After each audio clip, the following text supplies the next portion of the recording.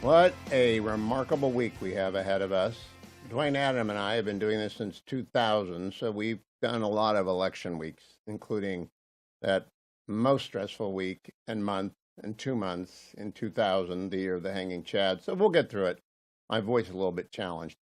But Friday was a very frustrating day, and I want to go back and I want to go forward. I want to tell you, though, nobody knows what's going to happen this week. It is so close. I have posted on my X account from the Financial Times, the best newspaper in the world, a list of the swing states and the margin of error. It is Nevada, a toss-up even. Wisconsin, Trump ahead by 0.4. Harris ahead by 0.4. In Pennsylvania, Trump ahead by 0.4. In Michigan, Harris ahead by 1.2. In North Carolina, Trump ahead by 1.5. In Georgia ahead by 1.8. And in Arizona, Trump ahead by 2.2. That would be a Trump victory. It could go the other way. I'll bring you the news. Now, Friday, as I said, was very eventful, as was the weekend. And the most important thing to keep in mind, and your prayer is focused on, that our troops remain under threat in the ocean of the Gulf and the Red Sea. Our American military is under bombardment constantly. And mostly Israel is coming under another attack from Iran soon, if we believe Ayatollah Khamenei. Wall Street Journal this morning, Iran tells region, strong and complex attack coming against Israel. Khamenei said, no way you can stop it. A crushing response, he said, to the attack by Israel on its in response for the last ballistic missile attack. The U.S. has told Iran it cannot stop Israel. It won't be able to restrain. Why would we want to restrain Israel if they get hit with a third ballistic missile attack by Iran or its proxies? And the war is underway. I mean, more than 900 Palestinian terrorists were killed in the last week in Jabalia. And I'm mispronouncing that, I'm sure. And some IDF soldiers fell. That war is now in its 11th, 14th, 13th month. And it's incredibly important we keep first things first. But it was a frustrating day for me on Friday. I was very angry. Now, let me start. I'm not an angry guy. I don't get angry very often. I've been in journalism for 35 years, on air and in print. In fact, I wrote my first column for Money in 1979 for the Los Angeles Herald Examiner, so more like 45 years. But a full-time gig in either broadcast or print since 1990. And I rarely, ever get angry. But I was mad on Friday and Saturday and Sunday. And it's not healthy. It's not good to get angry. It's not the way I was raised. Midwesterners don't normally get angry. Midwesterners stay very, very calm. Midwesterners generally are affable. They get over a loss. You got to if you're going to be a Browns fan. You got to if you're going to be a Penn State fan. You got to if you're going to be a Michigan fan. You got to get over losses. You just got to move on. And 12 years of Catholic education. This is the Octave of All Souls, which I'll talk about sometime today, and about All Saints Day on Friday, which was a great blessing to me. Best sermon I've heard in decades. I'll tell you about that later. I'm not a shouter. Catholic schools don't turn you into a shouter. In the years that I was at Harvard, things were very calm. My best friends are Democrats. Talked to them over the weekend. They called me up because they knew I was angry. But I'll tell you why I was really angry this weekend. Because Peanuts should be alive. And Jimmy the Raccoon should be alive. And Mr. Longo and his wife should not have had 12 agents of the New York Department of Environmental Conservation and the Chemung County Health Department in New York raid their home with a search warrant, put Mr. Longo under observation and restraint for 5 hours, take away the animals that he had rescued, 2 of them, and kill them. They euthanized them, allegedly because Peanut the squirrel had bitten one of the 12. There was no phone call. This was just government, doing government, like Dr. Arnn talked about on Friday. Government's grown so massive. How do you get 12 people to go after a squirrel and a raccoon? Why don't you call up Mr. Longo and say, we've had some complaints about your squirrel. The squirrel's got 500,000 Instagram followers. Jimmy is a raccoon. I don't like raccoons. I'm in Maine a lot. I don't like raccoons, but this one is his pet, and it's not all that unusual. The stories tell me it's illegal to have a squirrel in New York. You should ask yourself, huh? It's illegal to have a squirrel. Can I have a dog that chases the squirrel? But really, 12 agents of the government, the state government in New York, that alone, this story alone, is enough to vote for every Republican on your ballot. Because we just got to stop this.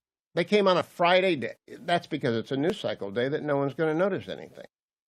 And I'm legitimately angry that more people don't realize that the problem isn't Longo or Peanuts or Jimmy. The problem is the Department of Environmental Conservation in New York and the health department of a county. There's no one injured. There were anonymous complaints, and they acted on a Friday, the day you drop bad news.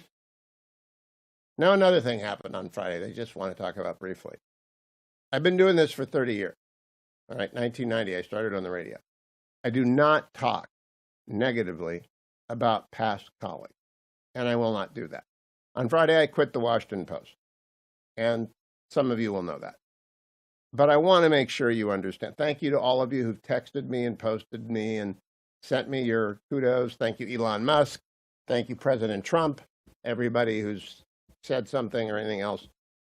I just want you to know, Ruth Marcus has nothing to do with this. Ruth Marcus is my friend. Ruth Marcus is a fabulous journalist. She has got legal chops the equal of anyone in the business. Ruth and I are the same age. Ruth and Fred Hyatt, the late Fred Hyatt, hired me at the Post 7 years ago. I've written 500 columns for the Post, and I will miss it. But Ruth has nothing to do with my quitting. Ruth was, I think, caught off guard by a report that was erroneous, with which I was familiar because of the Ruthless podcast. Chairman Michael Whatley had gone through the facts of the Bucks County thing. But I want you to know, I have nothing but love for Ruth and respect. Ruth has helped me out. I was abroad when my wife was ill once, and Ruth sprang into action. Ruth is a good person, and she's a fine journalist and a superb writer, and she has got nothing to do with this. You can be wrong and not be rotten. I hope my friends on the left think I am wrong but not rotten. I never lie intentionally. I may get things wrong, and I will correct the record. Everybody in our business in media gets things wrong, and they got to correct themselves. You can't get offended. You just have to say, I didn't know that. I will learn about it, and if I am bringing a different set of facts to the table, we'll compare and contrast. We'll decide who is right. That's how courts work. I'm a lawyer. I'm a lawyer with a lot of experience. I've been teaching con law for a long time. I teach my law students. You might get corrected by a judge. Don't argue with the judge. If you think the judge is wrong, you have a moment to appeal. You have a moment to persuade. Don't yell at a judge, and don't yell at your opponent. Don't get upset. Get facts. Get smart. Get prepared. I've had great editors at the Post. Michael Duffy, Michael Larrabee, David Vondrelli, Mark Laswell, many others. The new boss of the editorial page, David Shipley, is a wonderfully nice man. Ruth is the equal of any editor I have had all these years. And I want you to know the technical staff at First Look, the people who produce that show, superb professionals like Dwayne, like Adam, like Harley. I quit the Post for reasons unrelated to any of that. I want you to know, though, I will always tell you the truth. And when I make a statement of fact, I will tell you the statement of fact. And if there are two sides, there's no two sides to the Iranian-Israel story. There are no two sides to the fact that our troops are under attack. There are no two sides to my opinion that it would be a disaster for this country if Kamala Harris becomes president. And I want you to vote tomorrow. And there are many states, and I have them ready to tell you, where you can vote on the same day if you haven't voted yet, including my own Virginia, New Hampshire, which is close. You can vote in Michigan on the same day. You can vote in Wisconsin tomorrow. So even if you haven't voted, you can still go vote. You've got to get out there, and you've got to make sure this country has leadership that will defend our troops.